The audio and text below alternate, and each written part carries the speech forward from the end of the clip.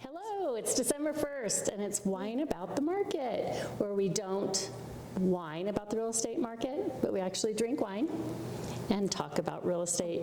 Wait, we're drinking champagne. That's right. You know why? Because it's December. It's December 1st. Yay. So, cheers. And thanks for watching. Oh. So we thought it might be fun to do a little recap of what happened in 2023. We've all been on a wild ride. It's been a bit of a these wild last ride. few years, and it's been a roller coaster. It has been a roller coaster, and this year in particularly, just so many different things were going on economically and emotionally. So we just thought it'd be fun to recap what happened from our side in 2023. And like Julie said, it's December 1st, so we don't really have the very last part of our stats, but it's just more of a feeling. And next year in January, we'll go through and do some hard numbers for you guys so you can see year over year stats and all of that.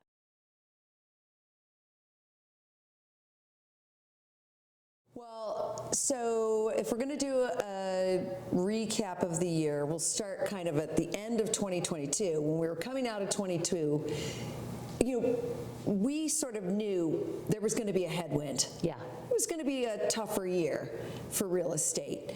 Back in March of 22, the Fed started their first of what would be 8 interest rate hikes. Right. And so we started feeling that headwind or the slowdown in the market in April, May, and it was a tough sledding through that, all the way through the year.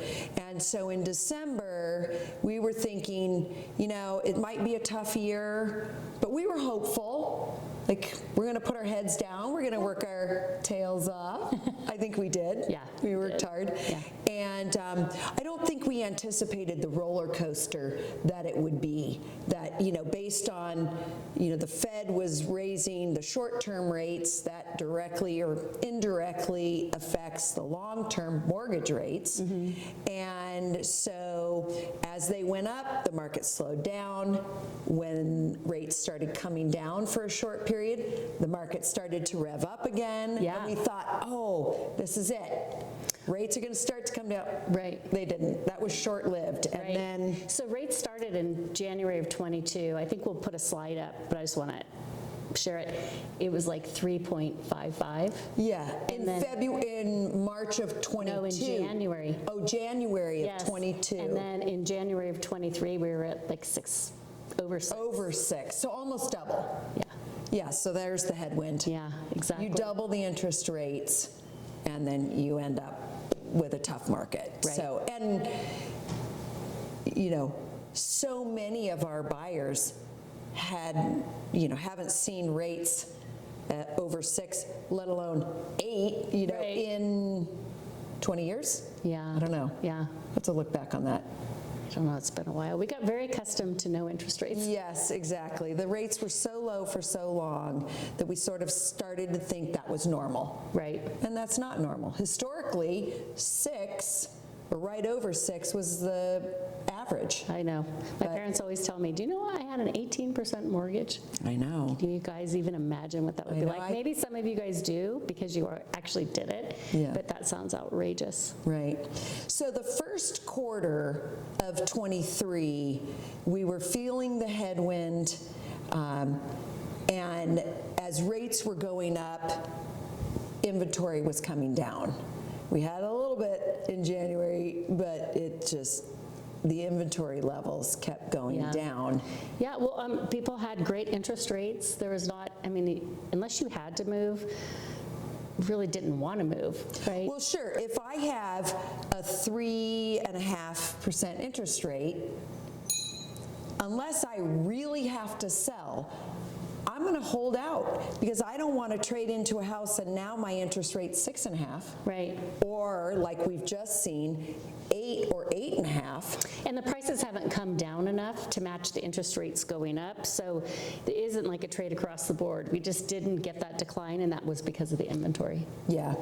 So I think that's a really important thing to note, is that because we had this huge rise in median sales price, I think the expectation was when the market turns, we're going to see huge price decreases. Right. So in January, we had 1,400-ish homes on the market in the Ada County. And then by March, we had about 1,088. So just under 1,100. So that's huge decrease in inventory at a time where our inventory is usually increasing. Right. So we were in the dead of winter in January, coming off the holidays. March, we always say after Super Bowl, you guys have heard it, that's when we start marketing properties. And this is March, and we're below where we were in January. Yeah, it was very unusual. But that has a direct impact on pricing, right? Supply and demand. So our supply is coming down. So while the market is expecting this big correction, prices are going to come down. They came down, yes, but not as much as we expected. Well, not as much as they were going up. The inventory was so low. Yeah. And, supply and demand. We didn't have enough supply. The demand was there. So prices were coming down, but not as much as we expected.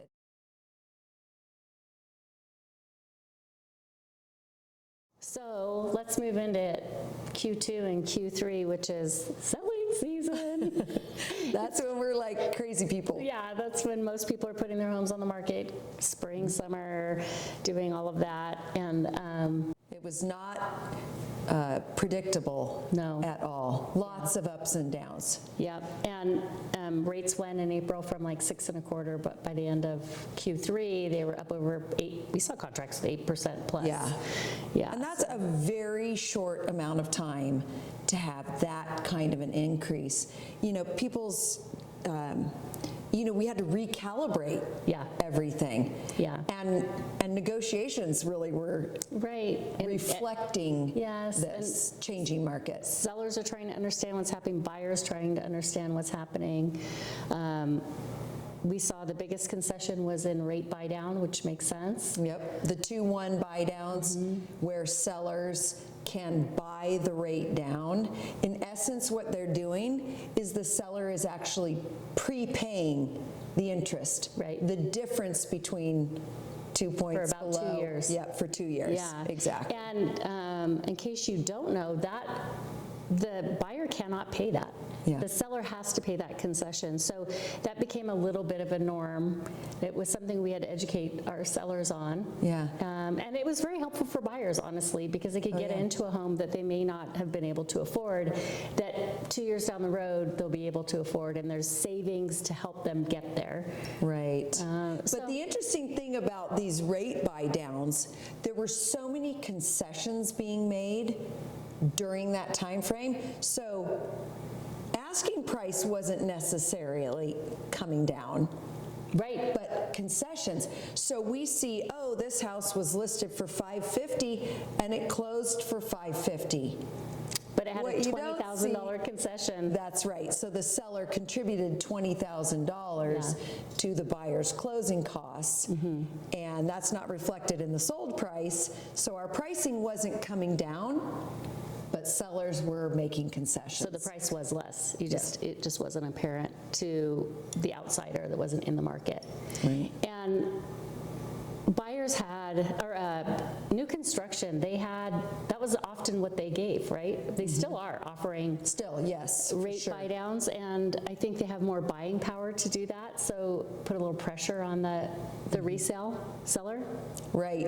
If a buyer is out there shopping, they see, the new construction builder is offering me $20,000 towards closing costs. Then they go to the existing home and expect the seller to contribute $20,000 $20,000. It's hard for an existing homeowner to make that concession. Right. And I think the other thing we saw, which is probably logical, is that the sales cycle just got extended. Buyers just, they had a hard time making a decision, you know. We joked There was around. no urgency. There was no urgency, but also they wanted the home to be exactly right, because if they're going to pay as much as they were paying, they really wanted, they couldn't look at it and say, I'll remodel the kitchen, which they were doing 2 years ago. They couldn't look at it and say, I'll just blow this wall out. It was, you know, it has to have 90% of my needs. Right. In order to make a purchase. Yeah. I think it's fair to say that in the, quarter into 2022 and all the way through 2023, buyers have been more discerning. Yeah. And they're Which is not a bad holding thing. out. No, it's a great thing. And they're holding out until just the right thing comes along. And that makes sense, especially because the cost of buying is higher today. Yeah, well, With let's talk higher about interest- Q4. Yeah, oh Talk boy. about cost of buying. That's when interest rates were up at 8% or over. We were seeing contracts that were 8%, 8.25%. 8.5%. Oh my goodness, yes. And it felt like every day I would look at the new rate, and we get these emails with graphics that, it's like the arrow, the red arrow the up green arrow, or yeah. green arrow down. And every morning I would look like, it's a red arrow up. It's like every day, day after day after day. Yeah. Whereas, other parts of the year, every day was different, up, down, up, down. Oh, there was a stretch there where it was just up, up, up, up, up. And that's when we were seeing contracts with interest rates at 8.5%. But today, what's happening? Rates have come down. We have some relief. I mean, we're seeing like 7.25-ish. A little bit of relief, yeah. Yeah, and we're starting to hear the R word nobody wanted to talk about. The dirty R word, the recession word. Yeah, exactly. So maybe we'll see. We forgot our crystal ball. Yeah, we were going to bring a crystal ball, but we left it in our office, unfortunately. So, Julie, 2024. Here it comes. We're ready. Bring it on. Yeah. So we still have an inventory problem. Inventory is still very low. Builders aren't cranking up the building machine, and sellers aren't. Home buyers or homeowners aren't really moving because interest rates are still high, and so they can't afford maybe as nice of a home as they have at the same level. But we're starting to hear from different economists that maybe the Fed has reached the peak of their rate increases, and maybe they'll stop that and maybe even start to lower them. When? Who knows? I know. We But we're read hearing- several economists, and it's all over the map. As somebody joked around, asked 9 economists their opinion, you'll get 10 opinions. So Yeah, right, exactly. So- But the point is, hopefully at some point they're going to come down. Is it in 24? Who knows? Is it in 25? Who knows? What we do know is inventory is so low that when rates start to come down, demand is going to come back into the market, and we're not going to have enough homes to buy. right, because So- people are still moving to the Treasure Valley. People still want to move here. This Yeah. is still a great place to live. And And so, did you know we were one of the top 2 states that had employment increases over 3% over October? Yep, I So- know. So we're growing. I think the growth is going to continue. Long story short, we're optimistic for 2024. So here's to an amazing 2024. Yes. We appreciate all of you watching our Wine About the Market episodes. If you have ideas for an episode for Wine About the Market, let us know. We're always open. And We wish you a happy holiday, and may you be healthy, happy, and wise. that's right. Cheers. Cheers.